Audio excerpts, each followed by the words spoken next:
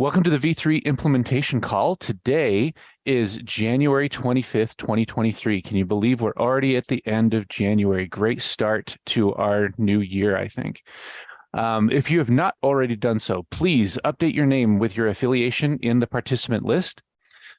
We use that information. It's really helpful to let everybody know who's on the call, and so that we can see everybody, their affiliation, and who's asking questions, and who we can respond to. These meetings are recorded as a reminder, and they are shared on the NEMSIS website and our YouTube channel. Feel free to share with your team or review as needed. You can also subscribe to the YouTube channel, and you can be updated when new videos like this one are uploaded and released for public consumption. We want to encourage your participation today. We see these meetings as a conversation, and so your participation and feedback are always welcome, and as a matter of fact are vital to making sure that this is a vibrant and productive conversation. You are welcome to come off of mute and participate that way, or if you're more comfortable, feel free to use the chat feature. We have someone who is monitoring that, and they will bring, I believe that someone is me today, so I will bring up the anything that comes up into the chat feature to whoever our presenter is in the moment. And we also review the chat during our post-meeting debrief. So if there is something else that you want to make sure that we have on record as part of the meeting, please make sure you can put it into the chat as well. We are going to get started today. We are going to move around. I think we are going to move around our what are they? Oh no, we are going to do what is actually written on we're following the plan here. So we are going to hand it over to Lauri Lunde for our stakeholder introduction for today. Sounds good. Thanks, Chris. And I will share my screen here. I have a little PowerPoint for you all to enjoy. Everyone see that okay? Great. Yes. Perfect. We're going to start out with another stakeholder introduction today. And this has been a fun tradition we've started in the last few months. And again, the purpose of this is just to kind of learn something new about others on the call with you, to hopefully build some points of connection that can lead to collaboration with other stakeholders as you get to know them as more than a name on a box, that you get to know a little bit about them and who they are in ways that you may want to connect with them or be able to work together. And our person today, if you have a guess as I'm describing them, you're welcome to type a name into chat if you think you may know who this is. But to relax or unwind, this person enjoys bicycling with their 2-year-old, and they also enjoy photography. They are a photographer as well. Something interesting about them is that they used to be a teaching assistant, and they have now worked in EMS or with EMS data for 8 years. And when asked what they like most about their job, they said every time they pass by an ambulance, they think about how that record will be processed by the processes that they wrote and how it'll be written into a database, and just how meaningful that is. Any guesses? All right, our stakeholder today is Shri Kiran Boda. And he shared some pictures of him bicycling with his 2-year-old daughter here, and also taking some pictures. It looks like he's on a beach somewhere there. I will share his information in the chat in just a minute. And if you're here, Shri Kiran, you're welcome to turn your camera on and wave hello to everyone. Hi. Thanks for sharing that. White Sand Beach, that's actually a desert in New Mexico. I think it's called nearby the Roswell. I don't know the place of. It's hard to hear you. Can you speak up a little bit? Did you say the beach is in New Mexico? Actually, it's not a beach. It's a white sand desert in New Mexico bordering Texas. Great. It's beautiful. Yeah. Thanks for sharing and saying hello today. And I have the next few topics as well, so we're going to keep moving on here. I wanted to give a quick update on our V3 implementation map. And as you can see, in the last month, we've had 3 more states that have gone green that are now submitting in 3.5 data. That is Louisiana, Oregon, and Wyoming just recently. So congratulations to those states. And reach out to us if you feel that you're ready to turn to the next color from gray to yellow or yellow to purple, purple to green. And we are happy to walk with you through that process. We've got a handful more states that I know are very close to going green that are working with their software vendors and working with Laurel to send some practice records. So we're looking forward to having some more turn green soon.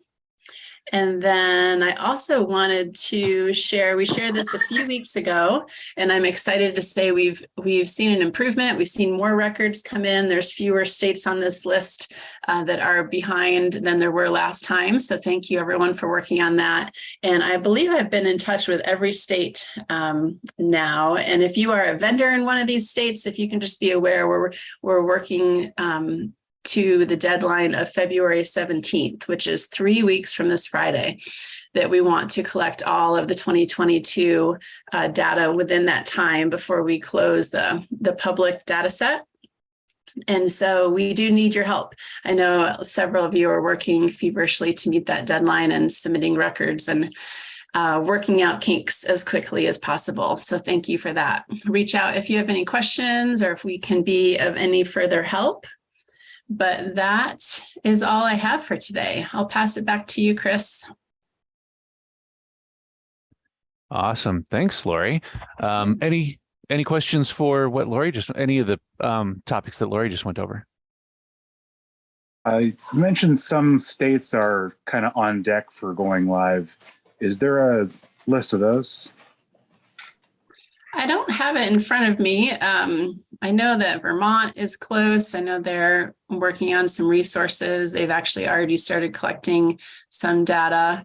I'm not sure of the other ones offhand. I'm sorry. If you're a state that's on, do you want to share if you're close?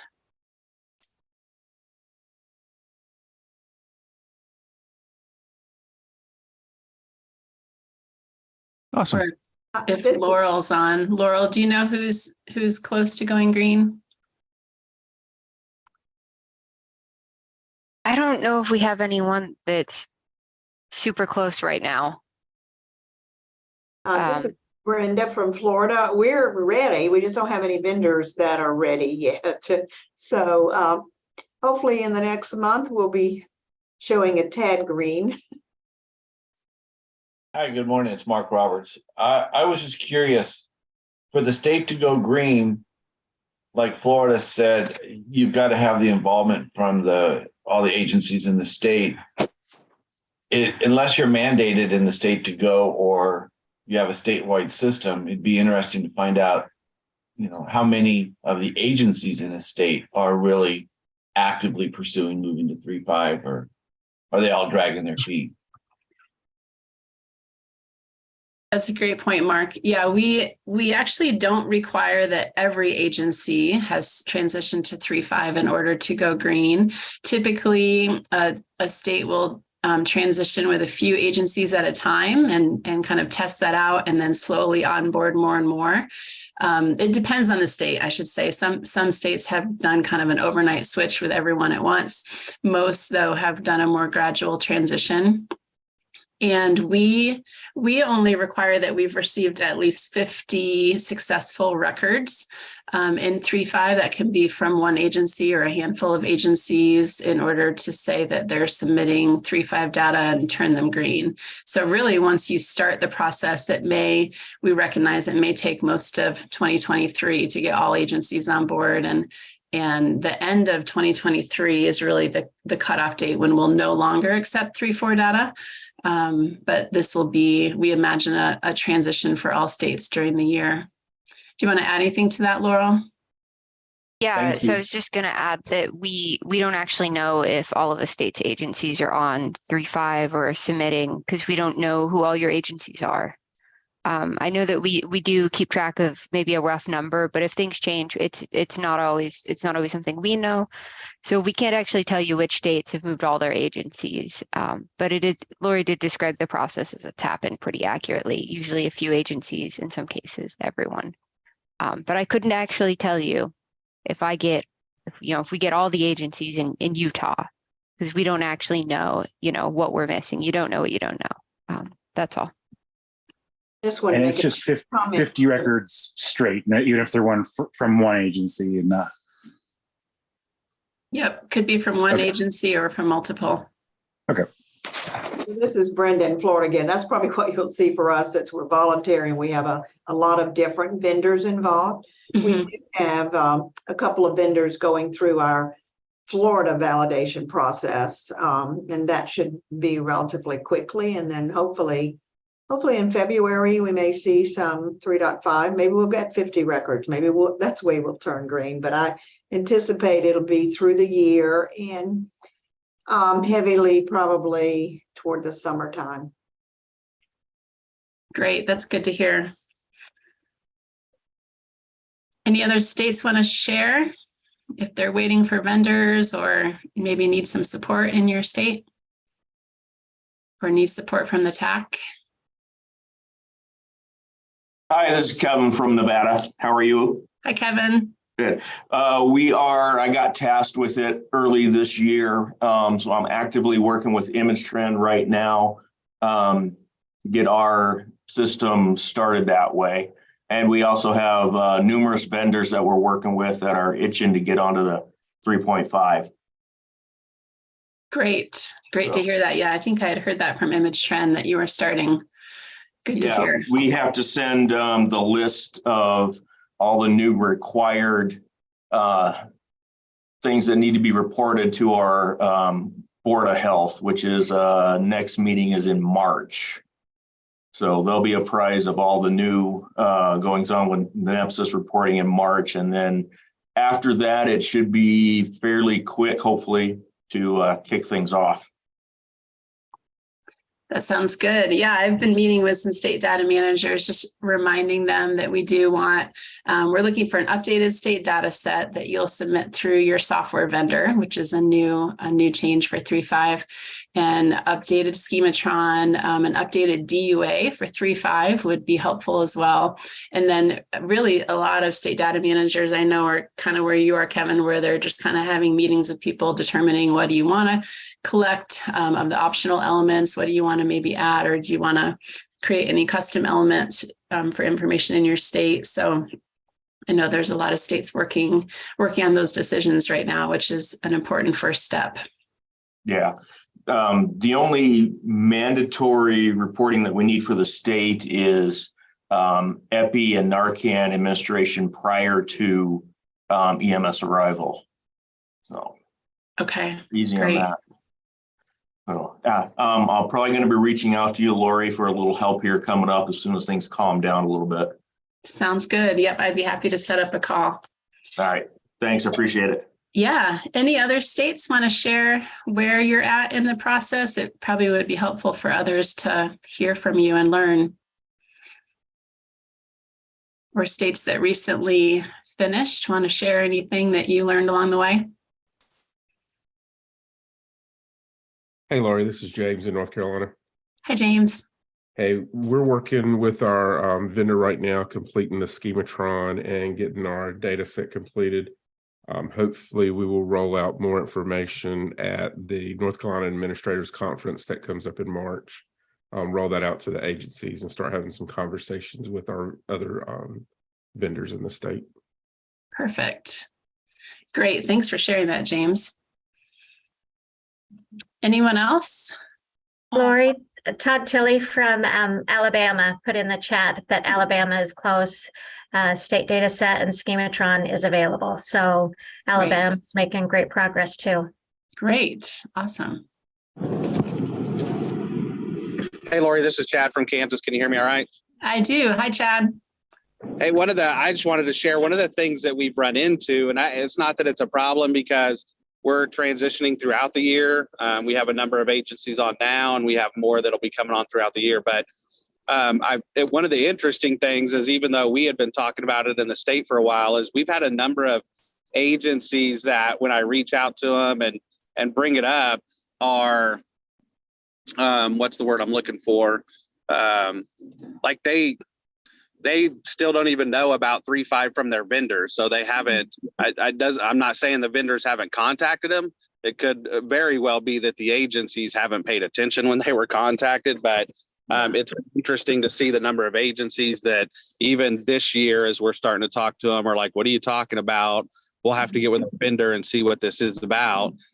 And then the other piece, and this is just a recommendation for everybody. So we've had a number of agencies switching software over the last couple of months. We probably had, we probably had 4 or 5 that have switched over the last couple of months. And if we know about it ahead of time, our recommendation to every one of them has been, hey, if you're switching software, you might as well go straight to 3.5 and make it all in one switch, because we've had some that, like, we had one that came on board just this year in January, and they came on board with their new vendor in 3.4.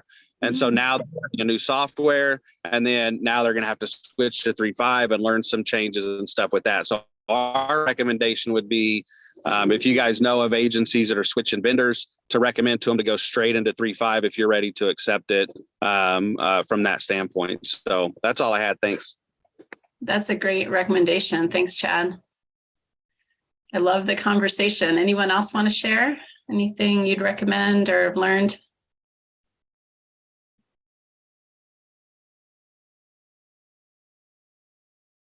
All right, please reach out if we can help, and we appreciate everyone's involvement and support in this process. And I will pass it back to Chris. Wonderful. Thank you so much. Yeah, great conversation. Agree. Thanks everybody for participating there. Let's keep it going here. So the next topic for today is the IHE update on upcoming events from our good friend Josh Legler. Josh, go ahead and take it away. Okay, thanks, Chris. And first, we have one late addition to the agenda that we want to make you all aware of. So I'm going to share that and then go on to the IHE digital series.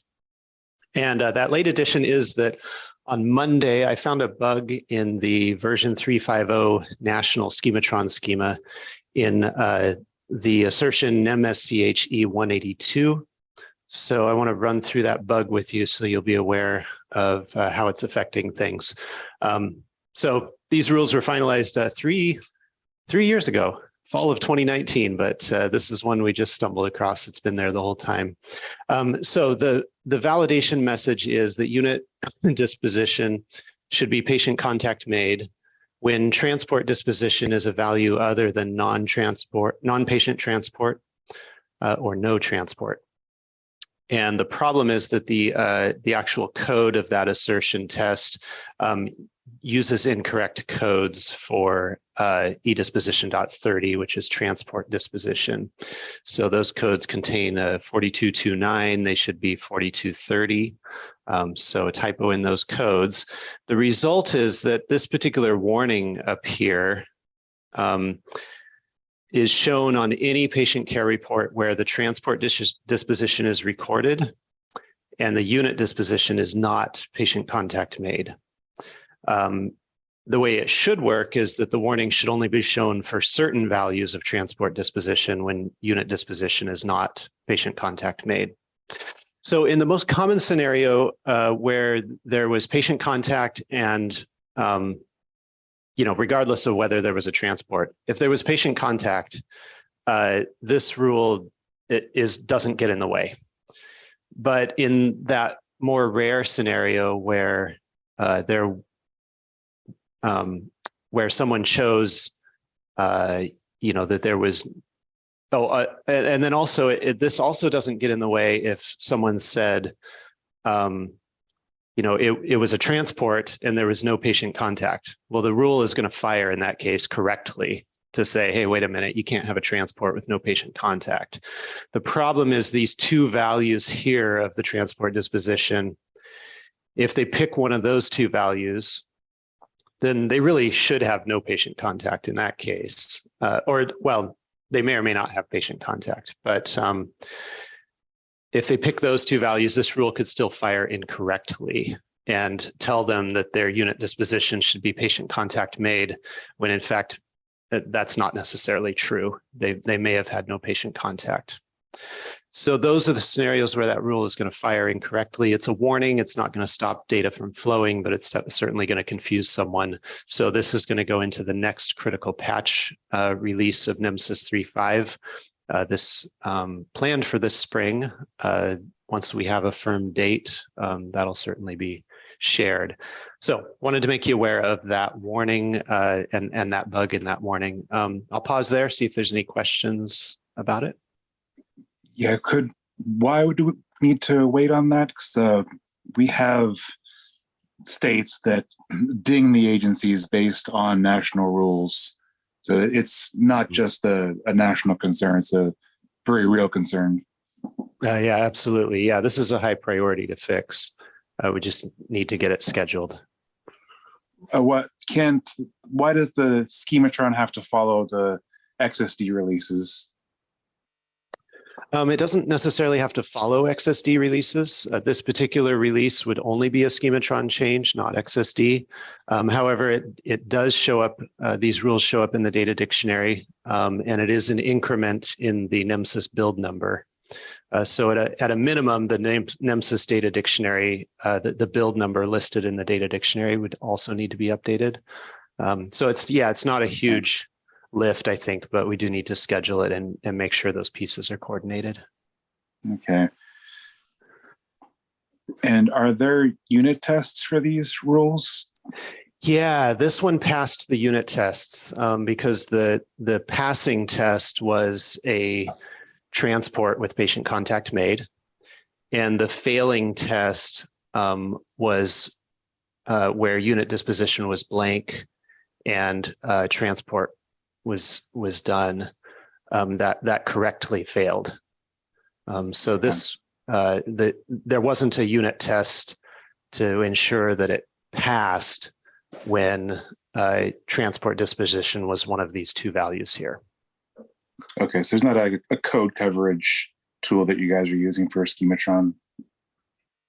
Yeah, not completely, right? There's unit tests, but there's, for some of these, there's maybe dozens of combinations that could be potentially tested. But if you have ideas, I'd love to talk with you offline about how we can improve the tests. Yeah, so I'm thinking about that on our side too. We run into the situation where the rule is very complex, and we want to provide as much upfront guidance as to what's required as possible, but schematron is very obtuse in that way, because it can't really, it's not easy to pull out that this value is required based on what's been entered so far. Mm-hmm. Okay, yeah, I'd love to talk further with you if you have some ideas for improving both the tests as well as understanding the rules. Any other questions on? Yeah. Josh, this is Karen. I just want to say that I just discovered on Monday that for South Dakota, we have some incorrect codes as well in our schematron file for assert rule 1276. And we're going to get that fixed pretty quickly. What I can't guarantee is how quickly that'll be done. I just want people to know that we're aware of it, and we expect a fix soon. Thanks. All right, any other questions on this one? Okay, so that's the bad news. Now I'll move on to my scheduled agenda topic. So we've been working with IHE USA. IHE stands for Integrating the Healthcare Enterprise. They work a lot with hospitals and medical device vendors and all over the healthcare landscape to advance data interoperability. We've had several IHE digital series events over the past 8 months or so. And the latest one is today and tomorrow. This digital series is free to attend. Let me throw the link in the chat. There we go. So you can go there and get registered and log into it. Most of the sessions in this digital series are on demand, so you can just watch them today or tomorrow or even after tomorrow when you have time. However, there is one live session that'll be tomorrow morning, and I'll cover that. So I've registered for it and logged in to see the sessions that are available. And of course, now I took too long, so get back in there. There we go. I wanted to point out a few sessions that might be of interest to those of you who are working on interoperability with EMS. One is this interoperability document sharing masterclass that's available on demand anytime. So if you register this morning, you could just start right off and watch that. And then I want to point out the International Patient Summary Track. There's 2 sessions there that could both be of interest on how to use the International Patient Summary Profile from IHE for the sharing of data between EMS and others. Those ones are both on-demand sessions. They'll be available starting tomorrow morning, so you could watch them tomorrow or later. And then, let me get to the live session. The live session is tomorrow morning. This is 9:30 Central Time, so 10:30 Eastern. And this will be a live session that we will be on with IHE staff talking about EMS interoperability again. And we love to have input during that session and be able to have those discussions lead us to the next things to work on. So those are the sessions I wanted to point out for this round. We really appreciate everyone who's working hard to advance interoperability between EMS and the rest of healthcare. Any questions or a discussion on that topic?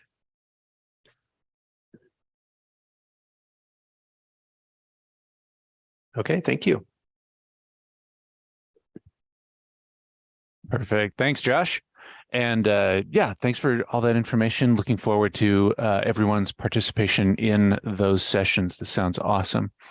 Next, we are going to move over. We had a slight change here. Instead of Clay, we are going to have Julianne present the next topic, which is the presentation of the final NEMSIS versioning timeline. Julianne, if you'd like to go ahead and show us the timeline. I will. Thanks, Chris. I wanted to follow up on Peter's question in the chat really quick before I go on to the timeline. In the chat, Peter's asking from Oregon if anybody's had experience or success in the EMS data and trauma data exchange with the 3.5 version.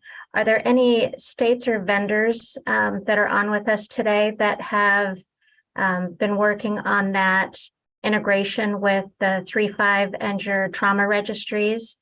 Anyone that would be willing to talk about their experience or success or struggles in that arena with your 3.5 implementation?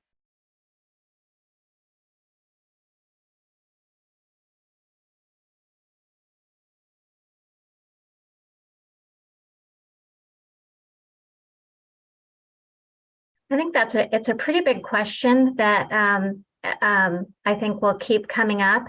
So Peter, if it's okay, I'd like to add it to another V3 call agenda and see if we can't keep reaching out to see if other people have had experiences with getting that integration with their trauma registry products. It's such an incredible feature of 3.5 that that's worthy of as much discussion as we can pull for that. So thanks, Peter. Great question. All right, and I'm going to share my screen. And I do have to pardon Clay, he's traveling this morning. Otherwise he'd be on the call with us. So I'm filling in for him this morning. We looked at this on the last V3 call. We've been back and forth several times on a version timeline for the NEMSIS data standard. And then we vetted this with the Data Managers Council of NEMSIS. We've taken some great feedback from the data managers and also from vendors and stakeholders from the V3 calls. And we've got the final version of the version timeline. This is not a schedule. I know there was a lot of question about that on our last call. If these dates, if where this line started for 3.5 really meant June 1 of 2023. And if we were only leaving 6 months in for consensus and software build. So we added to those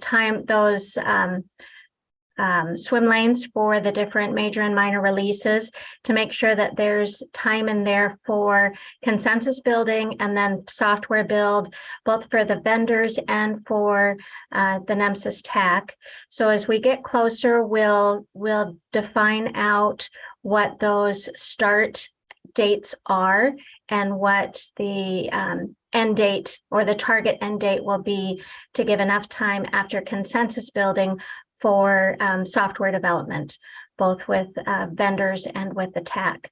So this will be shared on the website.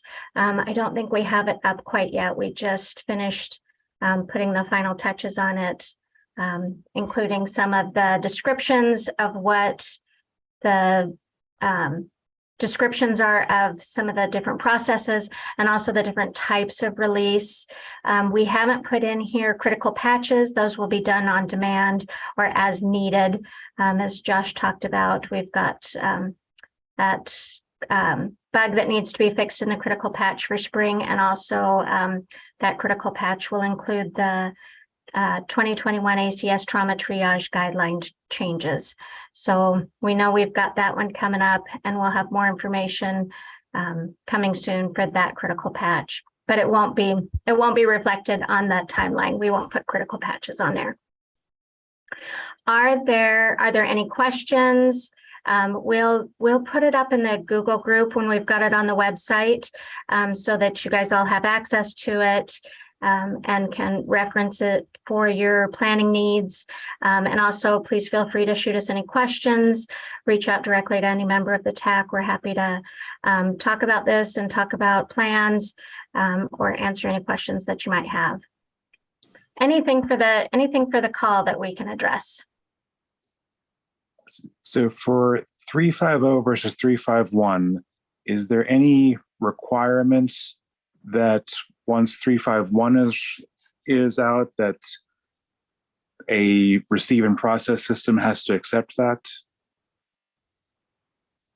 If a receive and process system has to accept 351, or if they can just stay on 350 until the end of it? Right, yes. I think I know the answer, but I want to be absolutely 100% sure. So if Laurel or Josh are willing to weigh in on that, I want to make sure you get the exact right answer. So I just want to make sure I understand the question. You're asking if a state system could stay on 3.4 until the end of 3.5. If the state system could stay on 3.50, sorry to interrupt you there, and never move to accepting 351. Oh, yes, that would be their choice. Okay. And they, of course, because they would never get data that was on 351 though, because the compatibility would only work in the other direction. So I guess it'd be to their benefit to move to the minor release, right? Because then they can get everyone who's on 3.5 and everyone who's on 351. And I'm going to guess that whatever we add in 351 are going to be changes that have been asked for multiple times, long awaited, like important, like real like improvement for the for everyone in the system kind of stuff. So I don't know. I don't know if there'd be a good reason not to move. Our position is going to be that states should move when it's available. But yeah, theoretically, they could stay on 3.5 until the end. And then, you know, the rest of the system's just going to lose out on any data in 351 or any improvements that were added, any fixes. It's possible. I would not recommend it at all. And one of the reasons we're building in these minor releases is so that when we do the major releases, they aren't as big. So that was a really common request from the stakeholders, both states and vendors, that there be incremental changes and not as huge with the major releases. Okay. Yeah, and while a state could stay on an old version, compliance testing will move to the newest version. So the product that the state uses is going to need to implement the newest version in order to continue passing compliance testing. Okay. And then, so yeah, you know, so it'd be kind of, I think it would not be smart of the state to stay on an old version of a product that they know has been certified compliant for the latest version. So on this chart, then, as of 2025, every renewal would be in 351 and not 350. Yeah, I'm not certain on the exact dates. I think there's right. a little bit of a buffer there, right? Or a little bit of a gap, you know, from the standard coming out to when compliance testing starts testing for it. No, I Go think ahead, that was actually the intent was that we would switch to 351 testing in favor of 350 testing on that go live date. Which I guess makes it all the more important that we have the right amount of time for that software build item. But the plan was to change compliance testing to the new version on the go live date and remove testing for 3.5. But again, we're not planning on making changes that are so large or sweeping. No, like we're not going to get rid of e-disposition 12 again and replace it with 5 new elements. So it shouldn't be a large change to take a 350 product and move it to 351.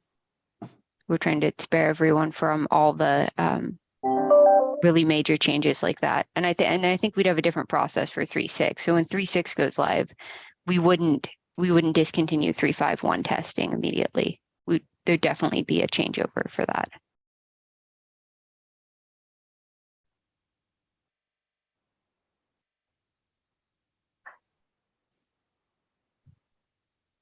Good to know. Thanks.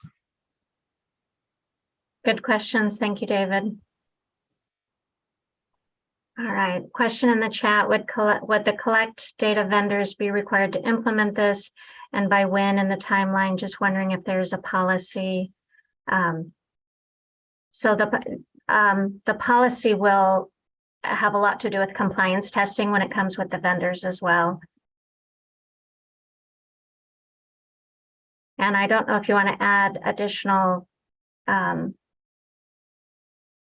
that conversation help answer your question at all, or what do you have?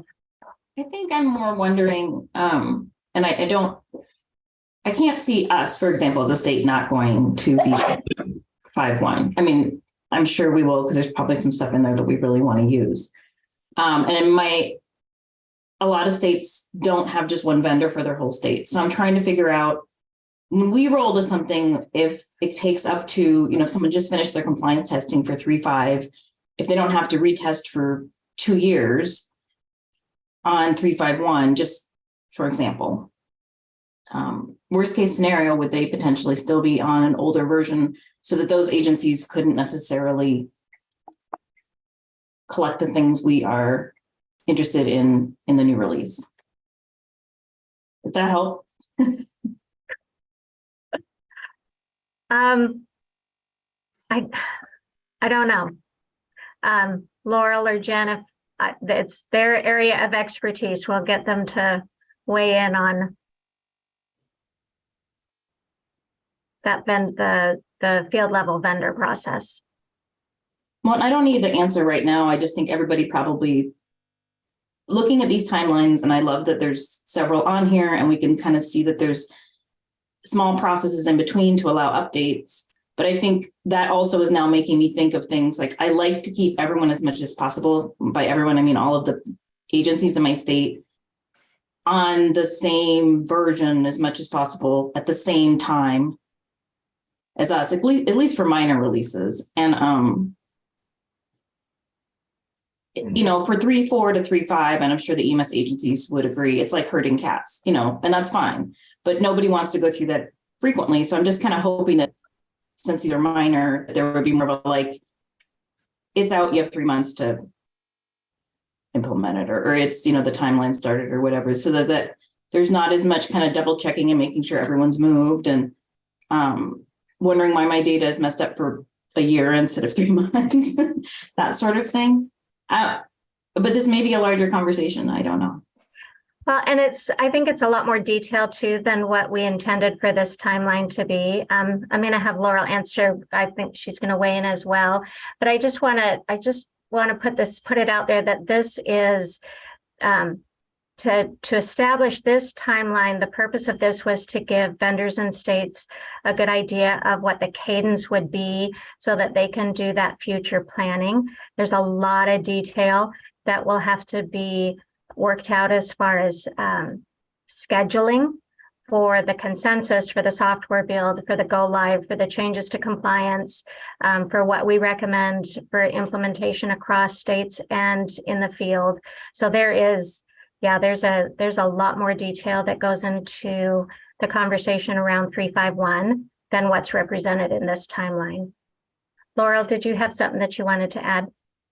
Yeah, I was just going to say that, and I think you have the right idea of what we're looking for here, where the transition between minor releases is not going to be the same as the transition between major releases, and that we're trying to promote agility in those smaller transitions so that we can move a little bit quicker. And I don't know, like if we'll do it, like you have 3 months to move, but you know, the idea is to get everyone to go to jump across a little more quickly on these minor releases so that we can build that into our regular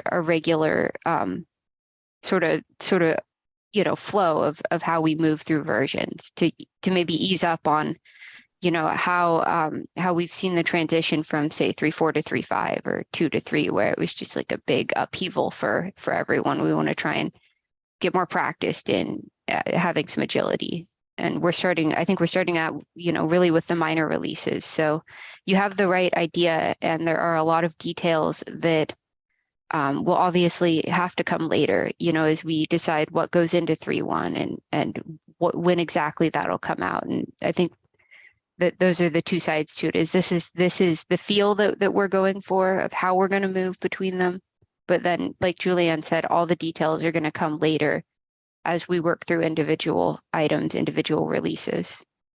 But I think you had it exactly right on what the intention was with the minor release. So this is Mark. I just wanted to this is bringing up some old thoughts from way back when we need to keep in mind that one size doesn't fit all. You know, a state that's using a single vendor with you know, several hundred agencies is different than a state that's got 900 agencies and, you know, 20 vendors. So we need to make sure that we're keeping that in mind when these decisions are being made. The lift is very heavy for some, and others it's still a lift, but it's not quite as heavy. So I would just ask that we keep this in mind as well when making these decisions. Absolutely. Thank you, Mark.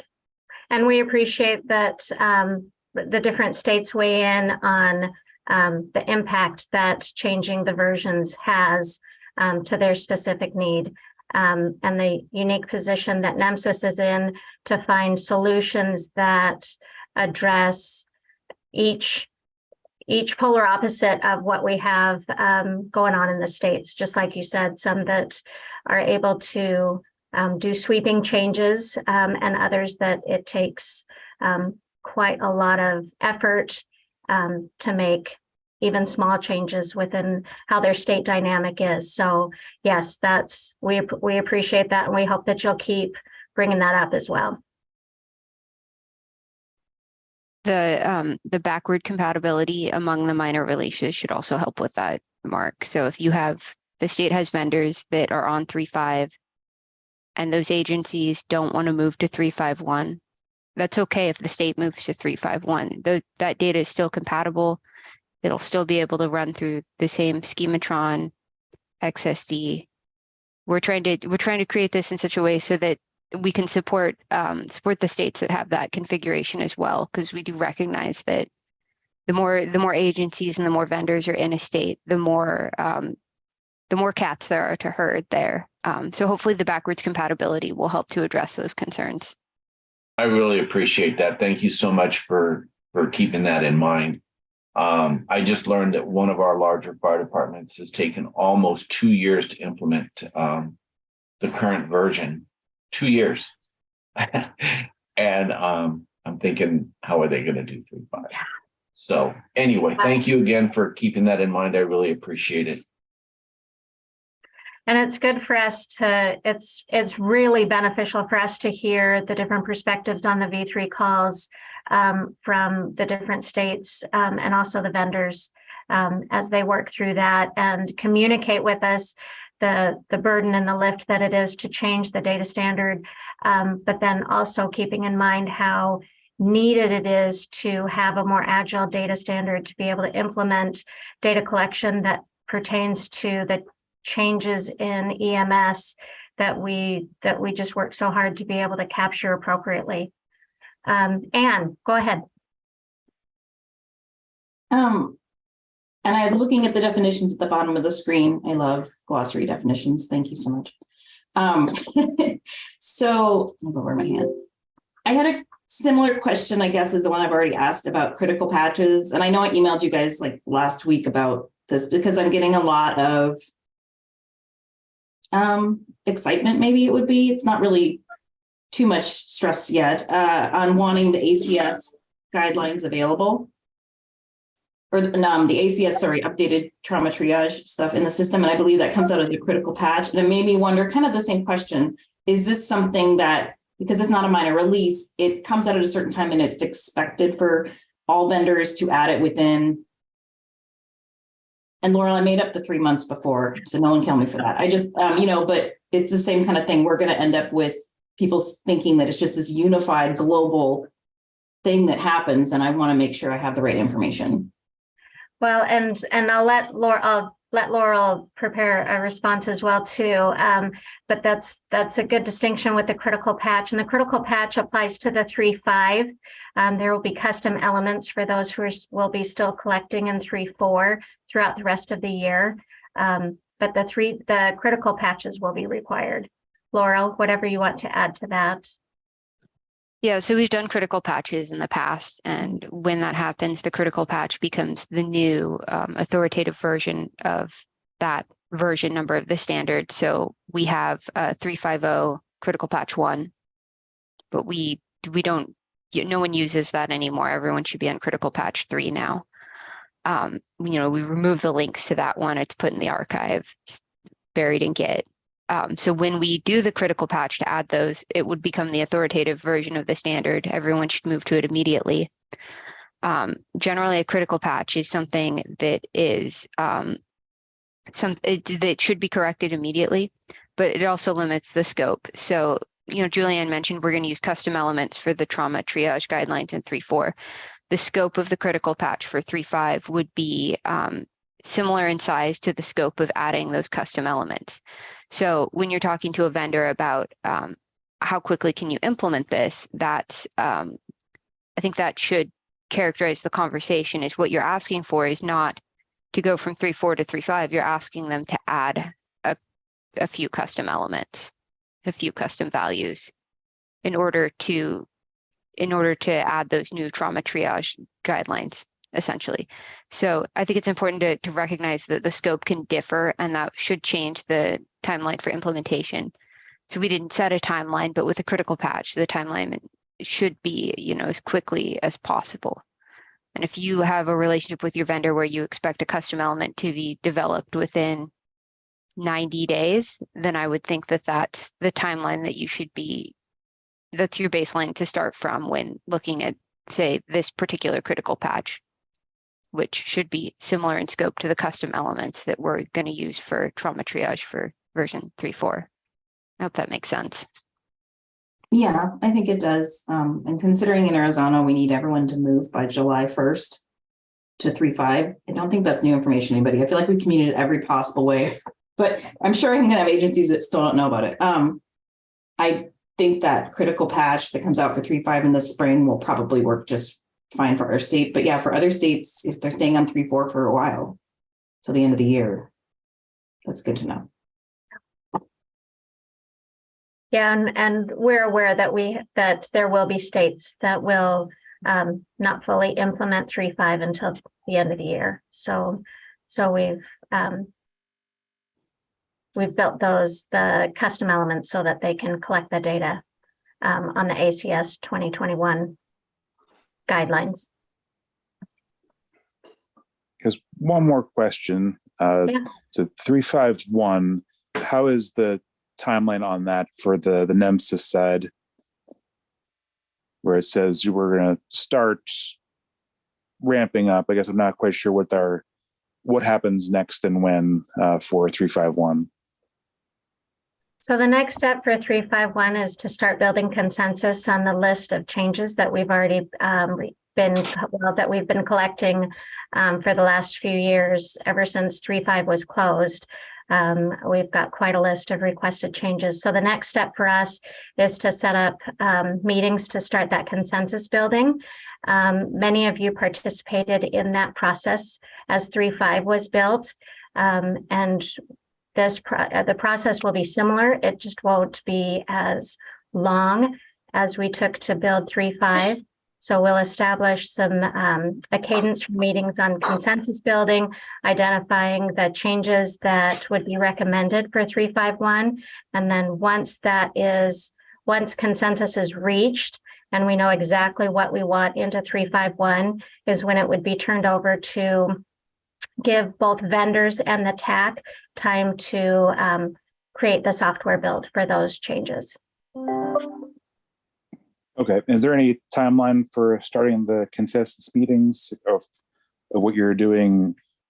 When you start that process? We haven't set it yet, David. Right now we're focused on the critical patch and the custom elements. So we've got to get those completed, and then we'll move right into the consensus building. Okay. So it's coming. No, I just don't have a date for you yet. Yeah, it's going to be this year, so I'm kind of kind of eyeballing that. Yeah. And we've been looking at that list of requested changes for a long time. Some are new, but we get repeats a lot, and we just add the comments to the where they are in the list for the requested changes. So as they come up, especially as you're implementing 3.5, as you're seeing things that you'd like to see done differently, or that, the 3.5 data standard just didn't quite get to what the intent was on a certain element or value, please make sure you're sending those in. You can send them directly to any member of the TAC. You can submit them on a help desk ticket. They're all logged, they're all tracked. So this is the time to be really aware of anything that you would recommend for a change in 3.5.1. And many of you on this call were heavily involved in that building of the 3.5.0. So you're well aware of the amount of time that it takes to go through all of those requested changes and discuss the impact and the value and whether or not it's a warranted change that we should do.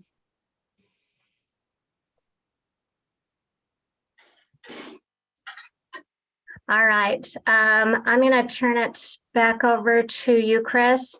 I really appreciate the great questions, the good conversation. We really rely on these conversations and the feedback from our stakeholders to help us zero in on things like the timeline and the critical patches, the work that we do for correcting bugs or helping with custom elements.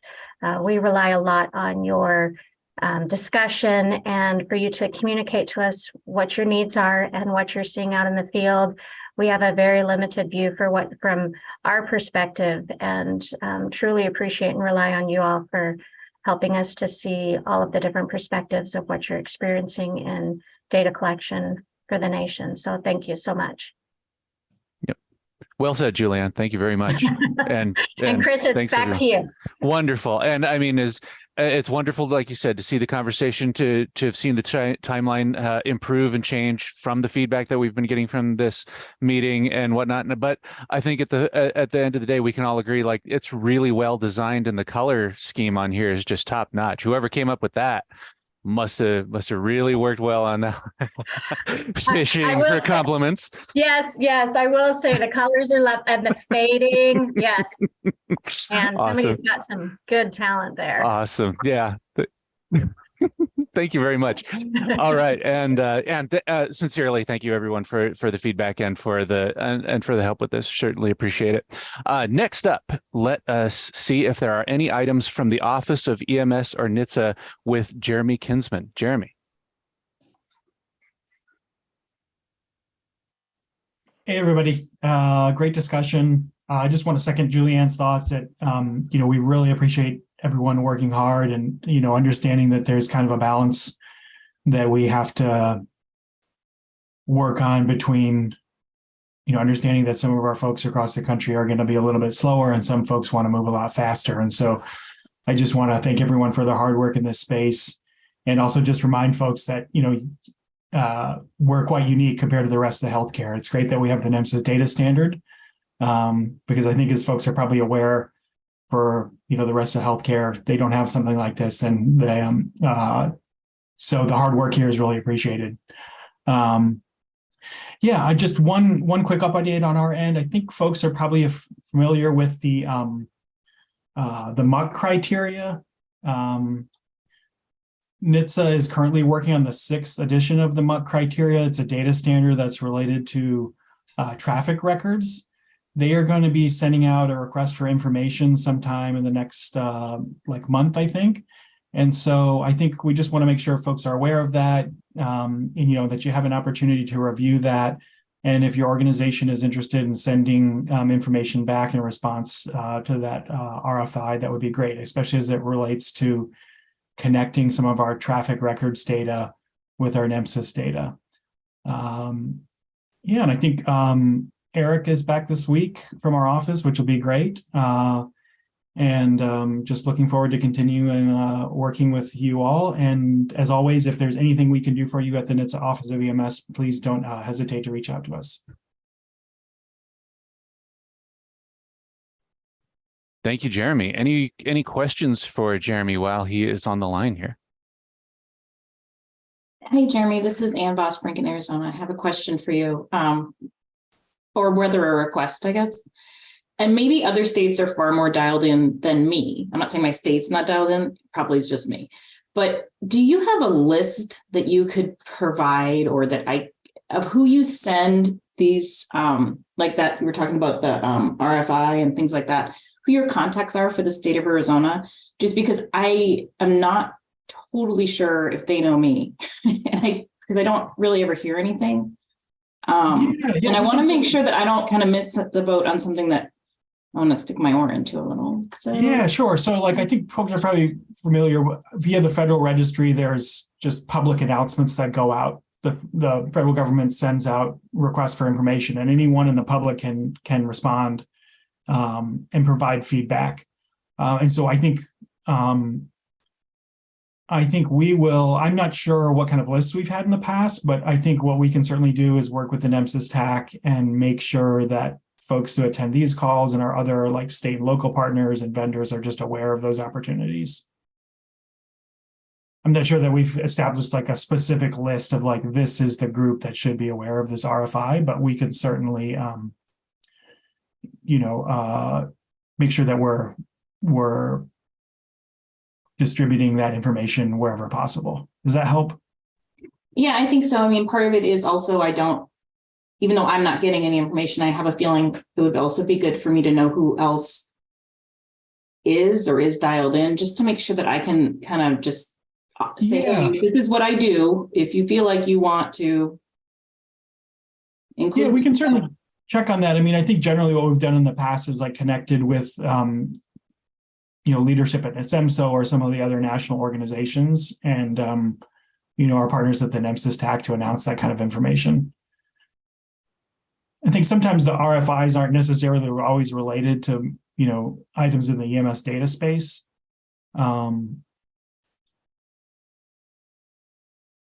Yeah. Yep. Okay. Thank you. Great. Any more questions for Jeremy? Awesome. Thank you very much, Jeremy, for letting us in on that. I certainly appreciate it. We have come to the open forum section of the V3 call for today. So are there any topics anyone would like to bring up for the open forum? Please feel free to come off of mute, use the chat.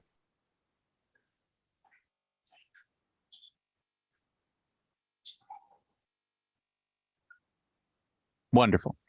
So we have upcoming meetings. They happen at the same bat time, same bat channel, 11 a.m., 12:30 p.m. Eastern time on February 8th, February 22nd, and March 8th.